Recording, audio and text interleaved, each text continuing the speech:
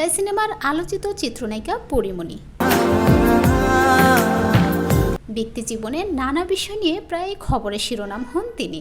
এসবের মাঝেও ফেসবুকে তার সরব উপস্থিতি লক্ষ্য করা যায়। ভক্তদের উদ্দেশ্যে শেয়ার করেন নিজের প্রিয় মুহূর্তগুলো। সম্প্রতি সামাজিক যোগাযোগ মাধ্যমে তেমনই এক মুহূর্তের ছবি পোস্ট করেছেন এই অভিনেত্রী।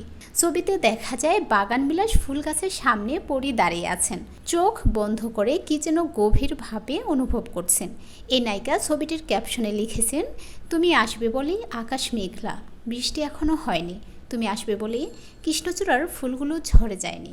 ভক্ত থেকে শুরু করে সহশিল্পী সবাই পরে সেই ছবিতে নিজেদের মুগ্ধতার কথা জানিয়েছেন। অন্যদিকে ঈদ উল ফিতরে মুক্তি পেয়েছে ইতিহাস নির্ভর গল্প নিয়ে নির্মিত কাজল লেখা ছবি। তুমি কে? আমি এই ছবিতে অভিনয় করে প্রশংসিত হয়েছেন শরীফুল রাজ ও নবাগত নায়িকা মন্দিরা চক্রবর্তী। সম্প্রতি একটি অনলাইন ভিত্তিক সংবাদ মাধ্যমে কাজল লেখা নিয়ে কথা বলেছেন অভিনেত্রী মন্দিরা চক্রবর্তী। সেই সাক্ষাৎকারে মন্দিরাকে প্রশ্ন করা হয় রাজ মন্দিরার প্রেম কতদিনের। উত্তরে এই নায়িকা বলেন, এটা কি হট ছিল?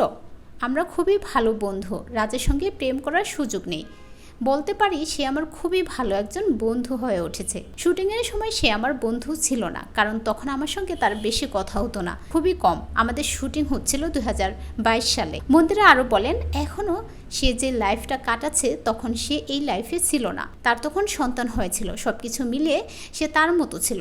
তখন মাত্রই আমাদের প্রথম দেখা। সহকর্মী হিসেবে যতটা কথা বলা দরকার ছিল ততটা। কিন্তু সিনেমা প্রচারের সময় বিভিন্ন জায়গায় যাওয়া আসা তো থাকে না। একজন মানুষের সঙ্গে আপনি নিয়মিত বের হচ্ছেন, কাজে যাচ্ছেন, তো আপনার তার সঙ্গে একটি বন্ডিং হয়ে যায়, এটি স্বাভাবিক। মন্দিরার এই সাক্ষাৎকারের পর থেকেই পরীমণির এমন আবেগঘন পোস্ট নিয়ে নেটিজেনদের মাঝে প্রশ্ন বয়ে বেড়াচ্ছে।